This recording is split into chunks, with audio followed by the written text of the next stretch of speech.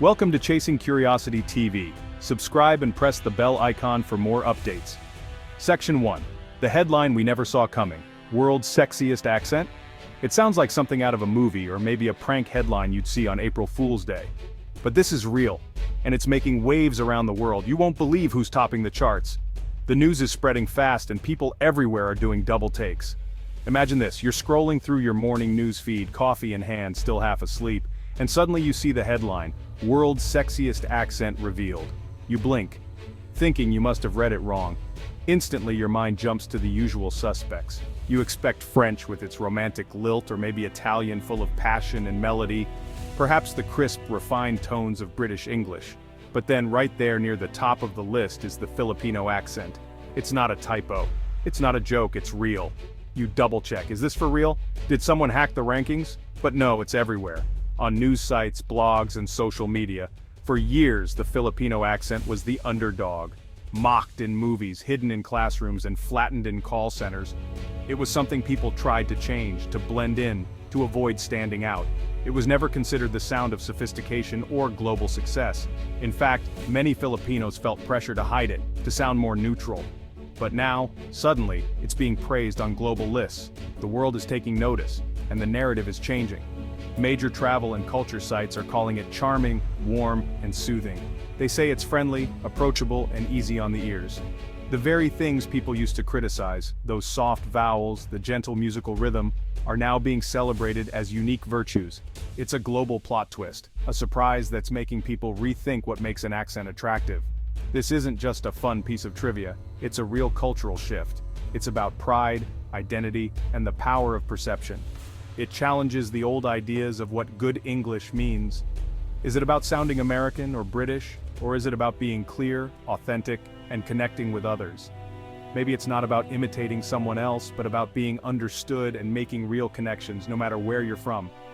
The world is voting for connection, for warmth, for authenticity. People want to hear real voices, not just perfect imitations. And in doing so, it's telling millions of Filipinos everywhere, your voice isn't a flaw, it's a feature, it's something to celebrate, a beautiful, charming, and yes, even sexy feature. The world is finally seeing what was always there. Suddenly, the accent you grew up hiding is something to be proud of, it's a badge of honor, a symbol of identity. It's like your dad's dance moves becoming the latest trend, unexpected, a little funny, but totally awesome. Confusing? Absolutely, but also incredibly empowering. It's a reminder that what makes us different can also make us special. The world is bigger and more interesting than we think. Perceptions can change, and sometimes, all it takes is a new perspective. And sometimes, just sometimes, the underdog finally gets the spotlight, and the world listens. Let's rewind. Let's go back to a time when our voices were measured, not by what we said, but by how we sounded. When the world around us seemed to listen for the right accent, not the right ideas. Before the praise, there was pressure. Pressure that crept into classrooms, offices, and even our homes, shaping the way we spoke and the way we saw ourselves. In the Philippines, good English meant American English. It wasn't enough to be understood. You had to sound like you were from somewhere else, somewhere more proper. Teachers corrected our pronunciation, pushing us to master sounds that didn't come naturally. Hollywood movies became homework, and every mispronounced word felt like a mistake that needed fixing. The goal, erase the Filipino-ness from our English. We were taught to hide our accents, to blend in, to sound less like ourselves and more like someone else. In call centers, this pressure was intense. The stakes were higher and the expectations even stricter. To get hired, you had to pass a language test, not just for grammar but for accent. Neutral meant American.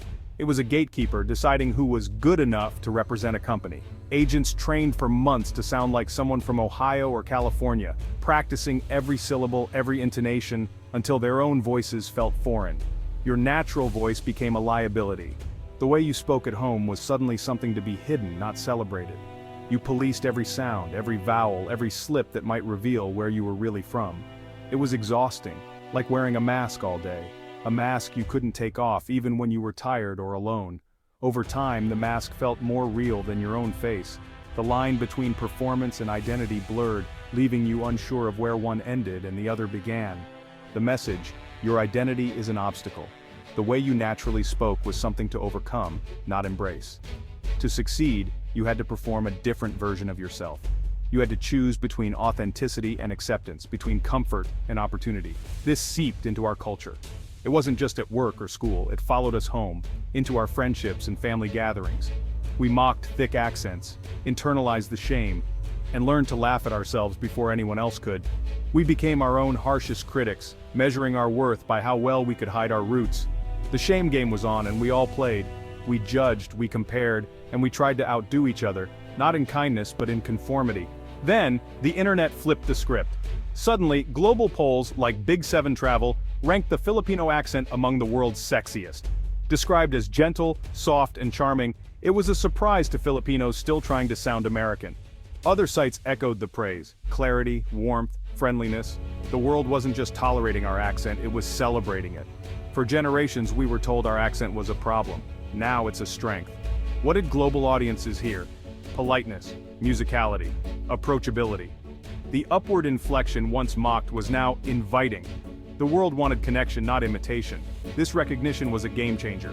It chipped away at old insecurities. Filipinos began to question the old narrative. Maybe our way of speaking isn't a weakness, maybe it's a superpower. The cool kids table finally invited us over, and they liked us as we are. What's the secret sauce behind the Filipino accent? Why do so many people find it so captivating and pleasant to listen to? First, it's all about clarity. Filipinos are known for speaking English with crisp, careful enunciation. Each word is pronounced with intention, making it easy for anyone to understand, whether you're a native speaker or not.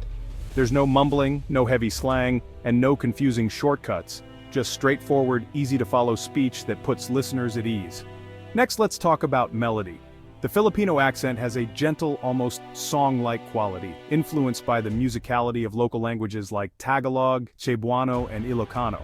Sentences rise and fall in a natural rhythm, making the speaker sound approachable, friendly, and never harsh or aggressive. It's often said that the Filipino accent smiles at you, and it's true. There's a warmth and openness that comes through in every word. Politeness is woven into every conversation.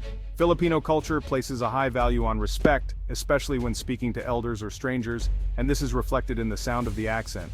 Words like po and opo don't have direct English translations, but they add a layer of humility and warmth that listeners can feel, even if they don't understand the words themselves. The accent also softens hard consonants, making it gentle and soothing on the ears. There's a certain smoothness that makes conversations feel more relaxed. Rhythm and pacing are important too. Filipinos tend to speak at a measured pace, never rushing, and always giving each word its due attention. This patience in delivery allows listeners to process what's being said, making communication more effective and less stressful. It's a style that invites understanding and connection, helping everyone feel comfortable and included in the conversation. When you combine calm pacing, clear enunciation, and a melodic tone, you get a truly powerful mix that's both engaging and reassuring. The result is an accent that conveys competence without intimidation and warmth without sacrificing professionalism. It's the best of both worlds.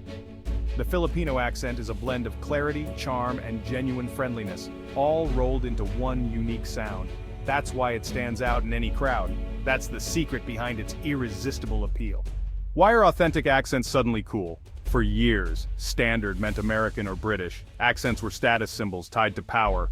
But the world got smaller, thanks to the internet and global media. We're exposed to more voices than ever. Different isn't bad, it's interesting. Authenticity is in. An accent tells a story. Where you're from, your history, your culture. Erasing it is like tearing out the first chapter of a book. A neutral accent can feel robotic. An authentic one has soul. The Filipino accent is unapologetically real. It carries warmth, politeness, and history in every syllable. In a world craving genuine connection, a real voice is powerful. The rise of the Filipino accent proves we're moving towards celebrating diverse, beautifully imperfect voices. Authenticity is the new gold standard. Global admiration is sparking a confidence revolution in the Philippines. Accent anxiety is fading. Filipinos are speaking up in meetings, traveling, and creating content with pride. The shame is being replaced by pride. This is about reclaiming identity. Our accent is part of our heritage, a living record of our culture. To be proud of it is to be proud of ourselves. We don't need to imitate anyone to be respected. This shift empowers a new generation to see their voice as a strength. When you speak with confidence, people listen differently. They hear your ideas, not your insecurities. The world's appreciation is giving Filipinos permission to own their voice. A nation is finding its voice, and it's beautiful. The Filipino accent is a symphony, not a single note. It's shaped by over 170 native languages: Tagalog, Cebuano, Ilonggo, and more. Spanish colonization added melody and soft sounds. American influence brought English vocabulary and grammar. But Filipinos didn't just copy, they adapted. The result? A unique hybrid. Structurally American but sonically Filipino. When you hear a Filipino speak English, you hear centuries of history. It's the rhythm of local languages, the flair of Spanish, the structure of American English. Our accent is a living museum, a testament to adaptation and creativity. That's what makes it so rich and fascinating. The Filipino accent is breaking into the global mainstream, no longer just in call centers or as a punchline in movies. Filipino actors like Joe Coy are putting their accent front and center. Social media is amplifying new voices. Creators like McCoy Dubs and Bretman Rock are celebrated for their authentic sound. Their accent is part of their brand. This visibility normalizes the accent for global audiences. Streaming platforms like Netflix are investing in Filipino content. Shows like Mix English and Tagalog, making the sound cool and authentic. Mainstream acceptance creates a positive feedback loop. Young Filipinos see themselves represented and feel inspired. The journey from background joke to star is real. The Filipino accent is here to stay. So what now? The Filipino accent's journey from shame to pride is a lesson in self-acceptance. For years, success meant sounding like someone else. But the world has changed. Authenticity is in. The warmth and melody of the Filipino voice are now celebrated. Companies are realizing that genuine, empathetic communication matters more than perfect imitation. Your accent is not a flaw, it's the music of your history. Embracing your unique voice is an act of pride. Let's stop apologizing for our accents. Speak with confidence, whatever your accent.